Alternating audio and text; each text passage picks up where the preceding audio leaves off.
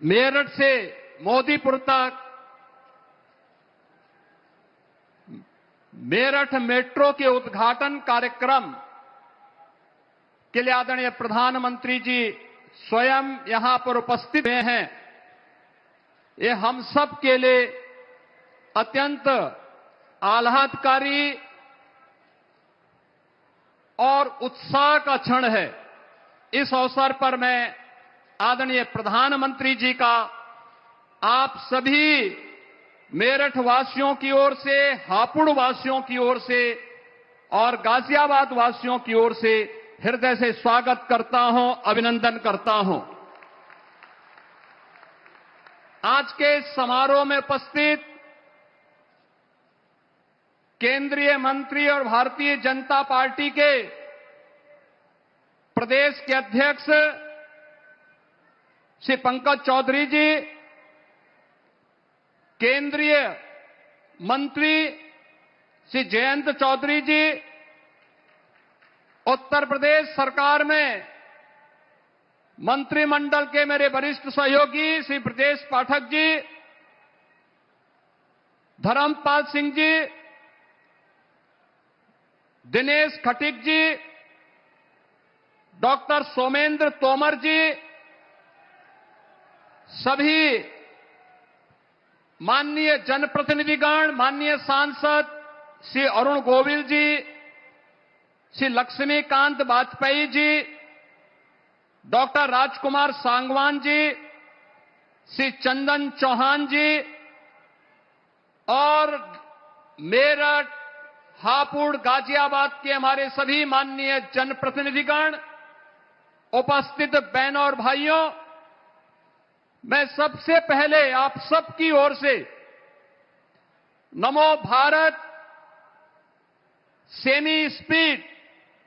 Train RRTS के और Meerut metro के उद्घाटन कार्यक्रम के अवसर पर आयोजित इस समारोह में आदरणीय प्रधानमंत्री जी का बाबा ओगड़नाथ की इस पावन धरा पर हृदय से स्वागत और अभिनंदन करता हूं। बहनों और भाइयों, मेरठ की धरती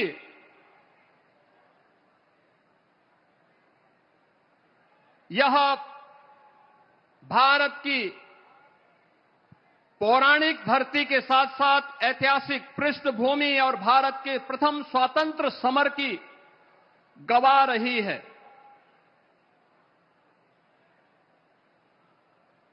क्रांति नायक धन सिंह गुर्जर, राव कदम सिंह, क्रांतिकारी शाहमल और क्रांतिकारी माता दीन वाल्मीकि इसी धरा से भारत के प्रथम स्वतंत्रता संग्राम का आह्वान करते हुए भारत की आजादी को एक नई ऊंचाई तक पहुंचाने के लिए उसका शंखनाद किए थे। आदरणीय प्रधानमंत्री जी का आज एक बार फिर से एक बड़ी सौगात के साथ नमो भारत सेमी स्पीड इस रैपिड रेल को उद्घाटन करने के साथ साथ ये अपने आप में एक मॉडल है कि मेरठ को इस नमो भारत ट्रेन के साथ मेट्रो की भी एक नई उपहार होली के ठीक पूर्व आदरणीय प्रधानमंत्री जी के द्वारा आज यहां प्रदान किया जा रहा है। यह उपहार विकसित भारत की उस नींव को सुदृढ़ करने का एक नया माध्यम हम सबके सामने है, जिसमें अत्याधुनिक इंफ्रास्ट्रक्चर में के माध्यम से भारत की ताकत दिखती है। आप याद करिए, आज से 10 साल पहले मेरठ से दिल्ली की दूरी अपने आप में एक चुनौती होती थी। 4 से 5 घंटे में तय करने में मशक्कत करनी पड़ती थी। लोग दिल्ली दूर मान करके थक हार करके बैठ जाते थे कि जाम में फंसना पड़ेगा, लेकिन आज 12 लेन का हाईवे, एक्सप्रेस हाईवे के साथ दिल्ली से मेरठ जुड़ा है। समय दिल्ली पहुंचने में कुल 45 से 50 मिनट। और बहनों और भाइयों, आज आदरणीय प्रधानमंत्री जी ने जो नया उपहार दिया है, या नमो भारत रैपिड रेल का और मेरठ मेट्रो का, यह अपने आप में इस दूरी को और भी नजदीक करने का कार्य कर रहा है। और इसी कार्यक्रम की दृष्टि से आज न केवल इंफ्रास्ट्रक्चर के रूप में नमो भारत, इस साथ साथ वंदे भारत ने एक सिटी से दूसरी सिटी को जोड़ने का जो कार्य किया, अमृत भारत के माध्यम से अत्याधुनिक, सुरक्षित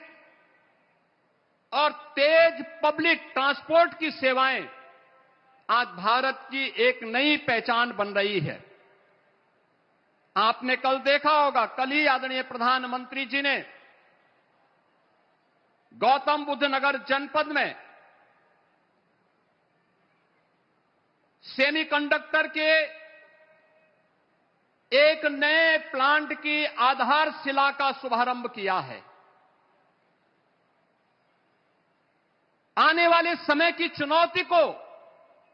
देखते हुए नए भारत में आदरणीय प्रधानमंत्री जी के नेतृत्व में हमारा भारत कैसे आगे बढ़ रहा है, इन सभी दृश्यों को हम सब साक्षी बन रहे हैं। आपने अभी कुछ दिन यानी कल सायंकाल 4 दिनों तक दिल्ली के अंदर चली ग्लोबल AI समिट के उस बड़े आयोजन को भी देखा है, जिस आयोजन में दुनिया के कई देशों के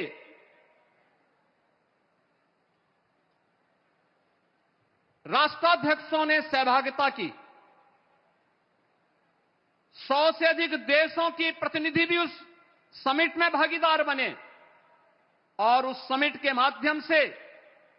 हम सब ने इस बात को देखा है कि वैश्विक नेताओं ने आदरणीय प्रधानमंत्री जी के विजन का और उस विजन को जमीनी धरातल पर प्रभावी ढंग से क्रियान्वित करने की भी भूरी भूरी प्रशंसा की। हम सब ने देखा है कि कैसे फ्रांस के राष्ट्रपति मैक्रोन ने डिजिटल भारत की सफलता पर विस्तार से उस AI समिट के अंदर अपनी बात को कहा था। उन्होंने कहा कि भारत ने कुछ ऐसा बनाया जो दुनिया का कोई दूसरा देश नहीं बना सकता। 1.4 बिलियन लोगों के लिए एक डिजिटल पहचान, यानी 140 करोड़ लोगों की डिजिटल पहचान, 1% सिस्टम जो अब तक हर महीने 20 बिलियन ट्रांजैक्शन प्रोसेस करता है, यानी 200 करोड़ का